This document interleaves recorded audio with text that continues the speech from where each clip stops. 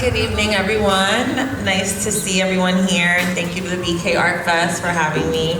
I am Catherine Nunez. I am an actress. I like to call myself a multi-hyphenate because I do multiple things. But I am an actress. I am a social media influencer and content creator. I also am the executive producer of my talk show called Tales of a Latina, where we interview people of color from all different walks of life and have them come and tell their story on my platform. And it's generally people who don't normally get to tell their story, like the people behind the scenes making things happen. Those are the people that I like to bring on my platform. And I'm also a mom. I am a mom of 2 boys. So I do all that while being a mother. That's like the main job. But yeah, and I'm also a distributor. I help podcasters monetize their content, so yeah. So clap it up for her, let's go. Yes. Hi everyone, thank you for being here. Thank you Frank for having me, I love you.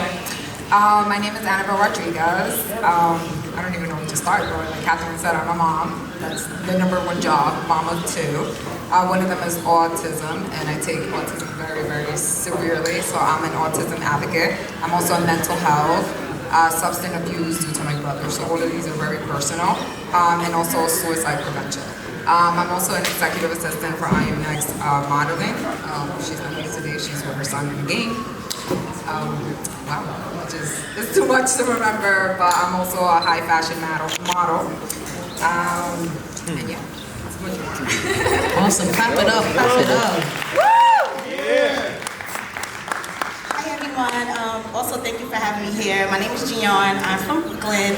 I do a lot of things, I wear multiple hats, but mainly I'm a host, I'm a moderator.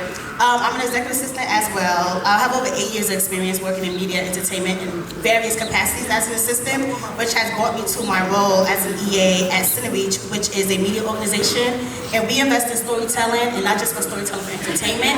We invest in storytelling that moves culture, shifts culture, and really changes the narrative of how we view the world and the systems that affect it. And that brings it all to what I do now as a community builder. I recently just started an organization called U.G.A, which is the Black Admin and Creative Alliance. And basically, the goal of it is to shift how the stigma around how people view admin professionals. We don't just get coffee, as you know. We are working with CEOs of top companies, and we're helping to be a part and help run these companies. So we are strategic partners. So we shift the narrative and the stigma around what people think about assistants, and also helping to advocate for decent pay for us. And the creative part, because I am a host and a moderator, I know a lot of people who work in this industry, and as someone who is dealing with this as well, a lot of people are overlooked. There's a lot of people who are very talented, who have the experience, who may not have the visibility. And the elephant in the room that we don't address in this industry is that a lot of brands care more about how many followers people have and then the actual talent and the skill set that they have. So they would rather have someone with 10K followers than someone with 5K followers who actually knows what the hell they're doing in this industry. So my organization is kind of a home for these people who are feeling overlooked, so I can send to you, so I can value you, and I can just create programming and resources to help support you. I started this in December. My mixer is next week. I already with my own money, I sponsored a girl in college to go to a conference. I helped someone secure a job. So this is the type of impact I'm trying to build in helping people. But yeah. Awesome, clap it up for Zay's awesome. Let's just give it to it. Okay, here we go. First question. What was the affirming moment that made you choose your pathway? It definitely was after I had my second son. I was 21 years old, and I was a housewife at home, not really like pursuing my purpose or my passion. But not saying that motherhood is not my purpose, it is, but like I was just trying to figure out like what's next for me, like what am I gonna do? And I've always loved modeling and acting, and I was just like, I don't want to be just a mom. I want to be an entrepreneur. Not an entrepreneur at the time, but because modeling kind of led into being an entrepreneur. But I said I want to, you know, I'm beautiful. I feel gorgeous. I'm still hot. Like I want to model, and I kind of just went for it. I went to audition for America's Next Top Model back in like 2008. Yeah, and obviously it was like the New York audition where the big stampede happened, so I didn't get in, but it was like that moment kind of motivated me to keep going and pursue my modeling career, which later turned into acting, and now I'm an executive producer, and I've met so many amazing people in this journey. So I think that was my affirming moment. That's what's up. That is really beautiful. You know, to find that love for yourself in that moment, and you never know how far it can take you. And look where it took you. That's what's up. I love that. Well, for me, I'll say this happened during COVID in 2019. So that's when I actually had my daughter a month into COVID. So that was very terrifying. I found out she was autistic, let's say 3 months later, like 3 months after I gave birth. So I took that very personally. Also during COVID, I also became an esthetician. And the reason I became an esthetician was to help women just look and feel beautiful. You know, that was the thing for me. Then during that, you know, all of us have family issues, I'll say. My sister that passed away 4 years ago. Well, I don't know. Take your time. Wow. She did drugs. And when she passed away, my brother took that role because she passed away. You know, so it was very touching. And with that being said, that I took the lead for suicide prevention because I almost killed myself when they was burying her because I couldn't be there due to a small little incident. So I had to see my sister go inside through a FaceTime call, and that was very hurtful. So ever since I took suicide, autism, substance abuse, very serious because a lot of us don't talk about it, and that leads to mental health. I am a huge mental health advocate. And when I say huge, I mean huge. For both women and men. We don't talk about you fellas a lot, and I am such a girl's guy, like I swear. Because again, everything is just women, everybody thinks the women, like, come on, what about men? We don't talk about you guys at all. You guys are the men of the family. You guys are not allowed to have feelings. You guys are not allowed to cry, but why is that? We're all humans, we all feel. So I'm very confused. So with that said, every month after that happens, every May, I take it upon myself and I do a mental health walk in Central Park on 110th Street. So you guys can join me. I'm gonna post that really soon. October, I do the suicide prevention. We just had a huge one. It was phenomenal. Autism Month is right now. I always do an autism fashion show in December and now for Autism Awareness Month.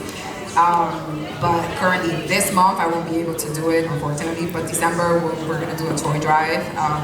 We also do, for Thanksgiving, we give away for the homeless.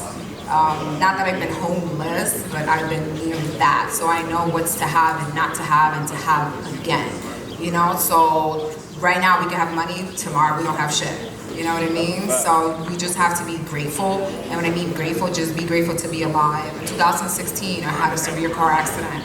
I had spinal surgery, I had hip surgery. I had to learn how to walk. I was in a wheelchair, I was in crutches. So when I see people with disability, I take that really to heart. Because I've been in that side as well, you know? So whatever I can do on my platform, I just try to help wherever I can. That's that. Shout out to your resilience. That is not easy. My story is quite different. I always knew I wanted to work in the industry. My mom actually used to work in daytime television and late night TV. She's working on the Queen Latifah show, and she worked in a lot of film festivals. So by the time I was in high school, I already had experience working on red carpets a lot with Black Hollywood. So my friends know I'm like the historian of Black media because I just know certain things about Black Hollywood, Robert Townsend, the Wayans brothers, like all of that stuff from the 90s and even before then, because of the experience my mom was exposing me to. So I knew I wanted to work in media. I went to school for media, have a degree in it, but by the time I graduated, I was working at the post office, got comfortable with making money, and I kind of lost that, and I was miserable at my job at the post office. Like, literally was taking a toll on my mental health. I hated going to work, and I was like, this cannot be my life right now. Like, I have too much potential. Like, I knew I was destined for great things. I just didn't know how to acquire those things. I didn't have mentorship. Never did an internship. The school's expensive. I can't work for free right now. So I quit the post office in 2018, cold turkey, no backup plan, no nothing. And I remember, I always tell people this, when you want to look for a job in the industry, my holy grail is entertainmentcareers.net. Even to this day, that's how I find jobs, because you can find the best jobs there. And I remember entertainmentcareers.net. I recommend paying the $9 a month to get access to jobs before everybody else do and apply to them. But I used that website to find a job to be a producer's assistant. And it was his executive assistant. And this is like, I quit the post office May. Now we're like June. And they basically told me, girl, you have no experience. And the manager was like, yeah, we're not gonna hire you. She was like, get some experience and maybe come back. So what I did was I signed up for a temp agency. I was bouncing around New York working at every damn office. My first job was as a marketing coordinator. I didn't know shit about marketing, but I was hungry. So, and I was working at like a real estate firm, but I was using that to get as much office experience as possible and learning marketing and learning how to be an assistant. And what that taught me is how to show up, how to fake the funk. I didn't know half the stuff, but I was studying it. And also just being available and being okay to learn. I feel like even now, even though I'm in my mid-career, I know a lot of things, I'm still open to learning more. So I feel like you can't be afraid to just say you don't know the things, but seek the information, be resourceful, don't wait for people to tell you these things. And from there, the temp agency was bouncing me around. The manager hit me up because they had another role at the same place I just interviewed, and she said, hey, we have an admin assistant role, you'll be working with me, you won't be working with this producer. And he said, EGOT earned producer. His name was Scott Rubin. He produced Sisters Act.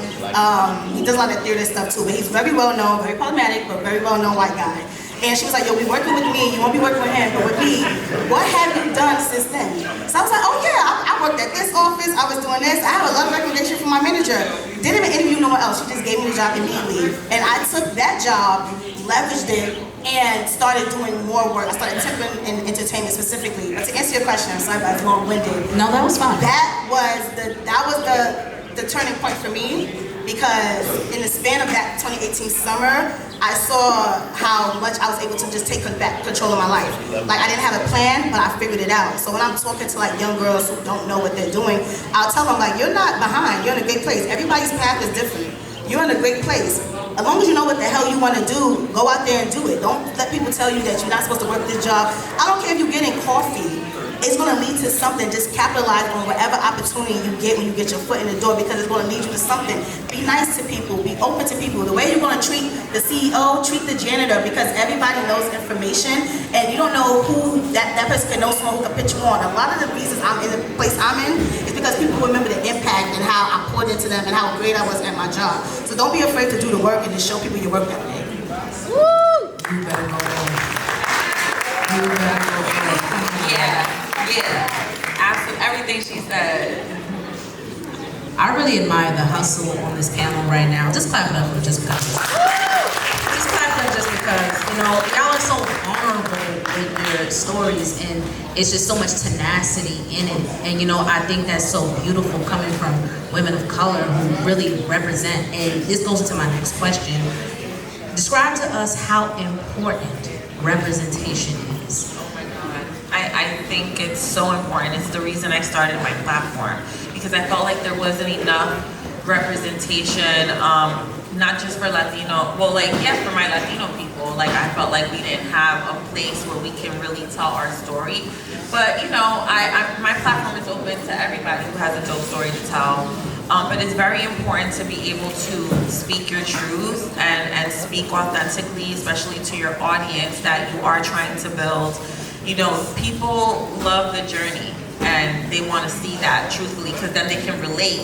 And if they can relate, that's, you got them, you know, so.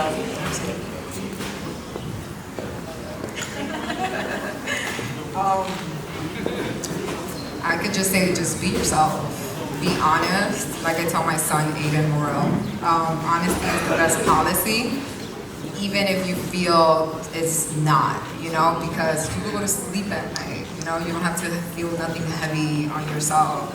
So I use my voice. Again, my background is criminal justice. I have 15 years in the field. Okay. Yeah. So after that, like I said, I transitioned to a whole different world. Esthetician and modeling is totally different from that. Legal, you know, not legal. So yeah, my platform, I use it to use my voice. You know, sometimes you don't know, I'll say testimony. You you know? You could say something and someone could relate, and they go on from there. Sometimes a lot of people hide things because they feel bad. They'll be like, oh my God, no one is gonna listen, or no one is going through this, or you know, things like that. But again, you never know. And like Catherine said, just be kind to one another. You don't know what's going on in another person's, you know, life at the moment. Maybe you guys are going through something right now, and you actually took the time and day to be here, you know, for everyone else. So how about we give a plus to you guys just to be here today? Yes, clap for yourselves. Again, something good for yourself, you know, self-care in this type of way. Why not? You know? I am a blackity black type of girl, so representation is super important for me. A lot of the work that I do is really about community, because I know how important it is for someone who looks like me, who's younger than me, to see certain people in positions that look like them, because I'm a visionary. If you see it, you can believe it. You know it's attainable for you. You don't know how you're going to get there, but because you see someone who looks like you doing it, you know that you can do it. So I worked in a lot of spaces where I was the only black girl. I was the only girl, period. And it was important for me to, because I'm opening that door, it's a chip on my shoulder, because now I'm the face of this gender or this race. I'm the only black girl here, so I have to put on for black women, so that when I leave, I don't leave a bad taste in their mouth, that door is going to be kept open for the next black woman to come in here and make another impact. So representation is it's rooted in the work that I do. And it's not just about even gender or racial ethnicity. It could be, representation could be just people from different backgrounds. A lot of people don't think they can work in media entertainment because they have a psych background, you went to school for something, and it's like this industry, beauty about this industry and being a creative is that everything touches storytelling, everything matters. So whatever your background is, you can mold it into being involved in it. So sometimes people need to see that to believe it. So representation is like the forefront of everything I do, and I wanted to be a part of everything. I love it. All right, we only have time for 2 more questions. I have 50 million more questions for you. I'm sorry. All right, so I'm gonna get into these last 2. I want you to choose 3 adjectives that explain your brand. It's a 2-parter. Sorry, friend. And how do you reflect in your brand? Oh, that is such a good question. So 3 adjectives, I would say powerful, authentic, and raw. You know, people come on my platform and they really open up. Like, they really tell their story. Like, you would not, it's like TT Torres came on my platform and she's opened up about so many things that her own best friend was like, I didn't even know that about her. So I feel like I have a safe, and it's a safe space. So it's a safe space. And how do I reflect?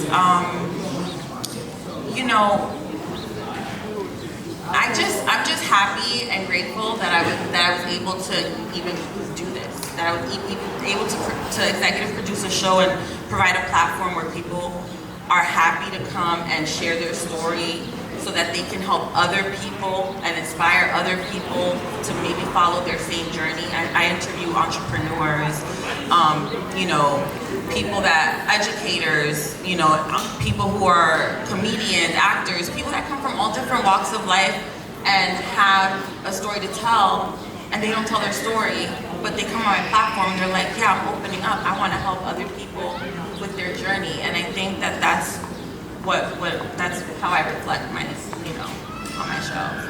That's awesome. Yeah. And I definitely see you from your videos, like you're very much into like having these personal conversations. Yeah, yeah. We start the show at the very beginning. I ask everybody, what was baby, you know, so and so like it's always I humanize people. I bring them back to like the very beginning of their life, so that they can also reflect on their journey and be proud of the things that they've accomplished. Because I think a lot of times we don't pat ourselves on the back enough, because we're constantly working, going, and we want more. But sometimes you have to sit back and reflect and be like, this is enough. I've done enough. I am enough. I've done, you know, I'm doing the work, and I'm going to continue to do the work. I'm not going to stop.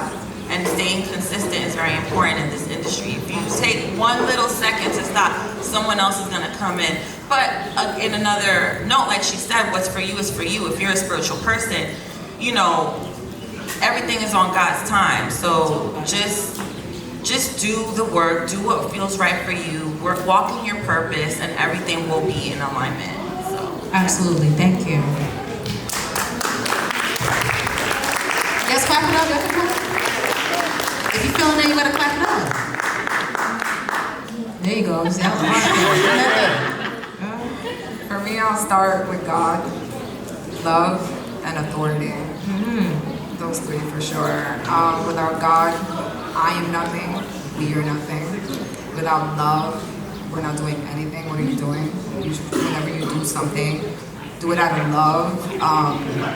Like someone here says, make sure you love what you do. Because why are you doing it if you do love it? You know what I mean? Absolutely. And then authority, just stand on business, you know? If you want to do something, do it. It doesn't matter if someone tells you don't do it. Why? Because a lot of people just want to see you do good, but not better than them. And again, why not? Do what the fuck you want to do, and that's that. Thank you for that. I think a lot of the work I'm doing is really rooted in who I am already. So I would say resourceful, that describes me and everything I'm doing. Because I didn't have the traditional things one would have to be successful, and I had to figure it out. It's because I was researching, I was trying new things. I'm very resourceful. I would say innovative. I'm not afraid to try new things, to create a new path. If I don't see it, I can be the first one to create it. And I would say community. I'm really big on community. I'm passionate about it. I should have said passionate as one of them. But community, I'm really big on community. I'm really big on people helping each other. And if it's not for monetary, the barter system, I feel like there shouldn't be a number on capacity how you support someone. And when we think about networking, it's always about, oh, what can you get from other person? How about networking because you just want to fit in this industry? Like I have friends who are my ride or die friends who don't work in this industry. And I have friends who are actively in here, and you need people who kind of know what you're dealing with and who knows the ins and outs of this industry to help each other. I have a friend who now we go to networking events together, and it's like great because I have social anxiety. You won't believe it, but I do. And really it's because I have traumas when I was networking, people didn't want to talk to me. So now I have someone who knows me, and it's like we tag team the room together. You need that. So community is very important to me, and that describes a lot of what I do.